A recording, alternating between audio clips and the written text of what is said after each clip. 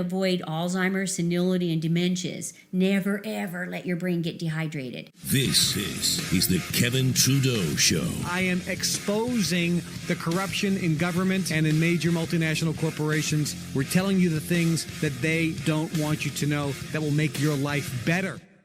Let's talk about water. I did a show the other day, and I talked about water. I said, I'm a big believer in spring water. Second best, I think, is filtered water. There's different kinds of filters. There's reverse osmosis. There's granular activated charcoal, which has silver impregnation in it. We both agree that distilled water is not the ideal water to drink, with the exception of a very specific therapeutic case where you drink it for a few weeks because it leaches, it pulls. Right. And it's a water that doesn't exist in nature. Exactly. I guess rainwater would be also a natural thing because throughout history, humans have consumed rainwater. Exactly. But mostly spring water out of the ground. Right. That's the number one thing that humans Right. have drank. Okay. I was shocked the other day when a gentleman in our group said, I can't remember, and he's not a young guy. Yeah. Not a young guy. And he said, I can't remember the last time I drank water.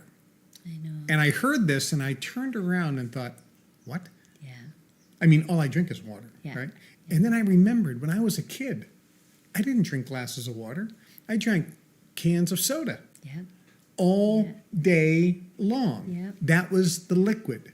Yeah. And then I remember watching my mom drinking coffee all day long and soda. Yeah. And I'm thinking, I don't remember her ever taking a glass of water. Yeah. Water is water. Anything you put in it, even just a little squeeze of lemon, it's not water anymore. So people think, well, I drink all day long. No, you drink juice, you drink tea, you drink coffee, you drink soda, you drink kombucha, you drink energy drinks. That's not water. Tell us about the importance of water.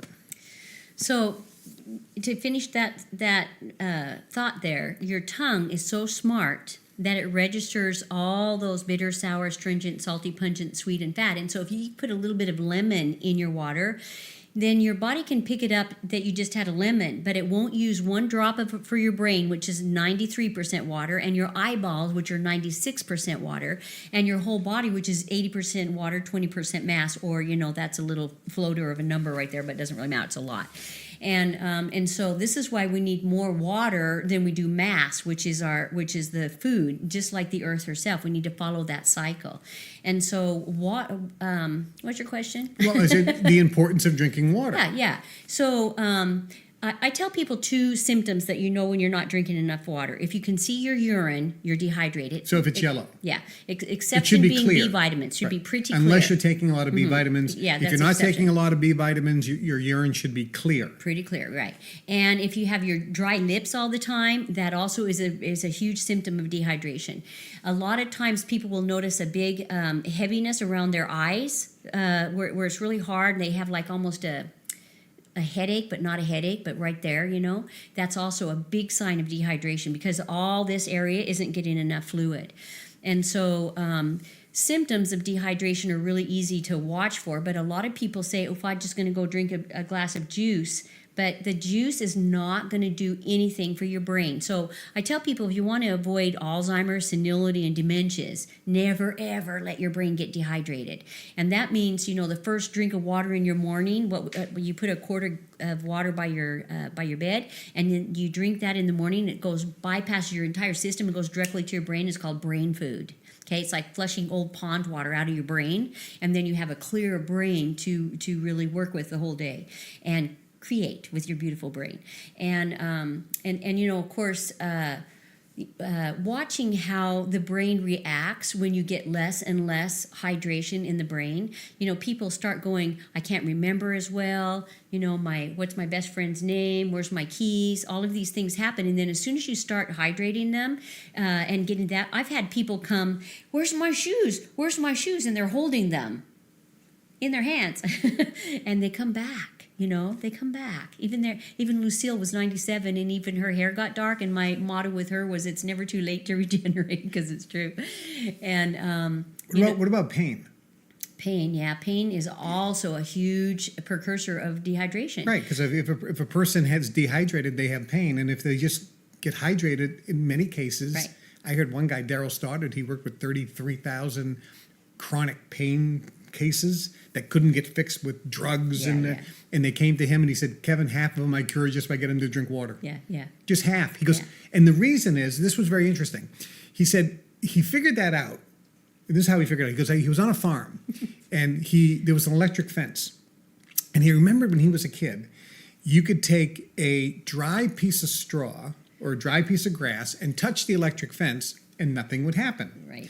And if you took a green piece of grass and touch the electric fence, what happens? You're from a farm. You get shocked because the water is a conductor of electricity. Mm-hmm.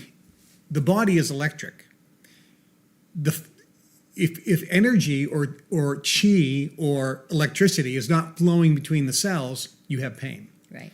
If the cells are dehydrated, it can't flow. Right. You have pain. So he said, I bet you these people are dehydrated. So he had them drink water, and he said, I found out that some waters actually just sit in the stomach. So it doesn't even hydrate. Right. So certain waters are better than others, right? Right.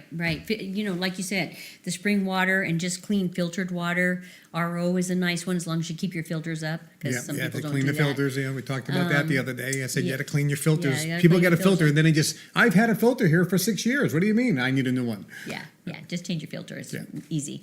But yeah, you know, I've found that people with fibromyalgia, which is can be extremely debilitating, people that have lots of pain in their thigh muscles and in their legs, if they just drink water, all that tissue starts to hydrate and starts to pump and move more fluid, and so then the pain just goes away. Mm-hmm.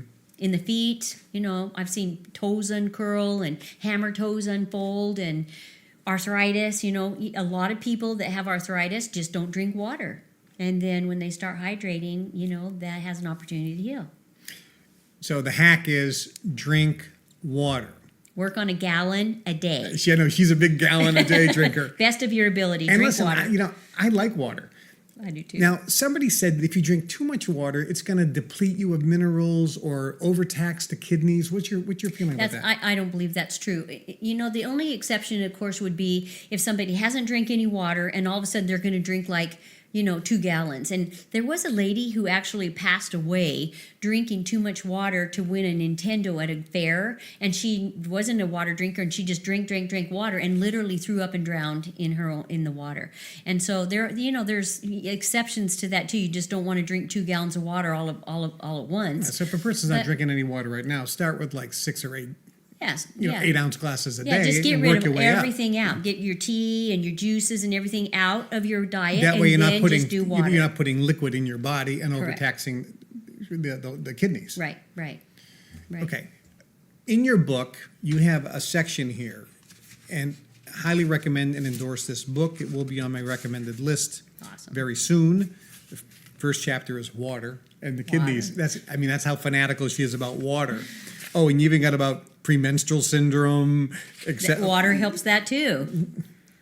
You know, it's a blood flow, and you have to be able to have enough water to move it to clean the uterus so that people don't have as much cramps and their flow. But it's a liquid. It has to have water to help it move and clean itself.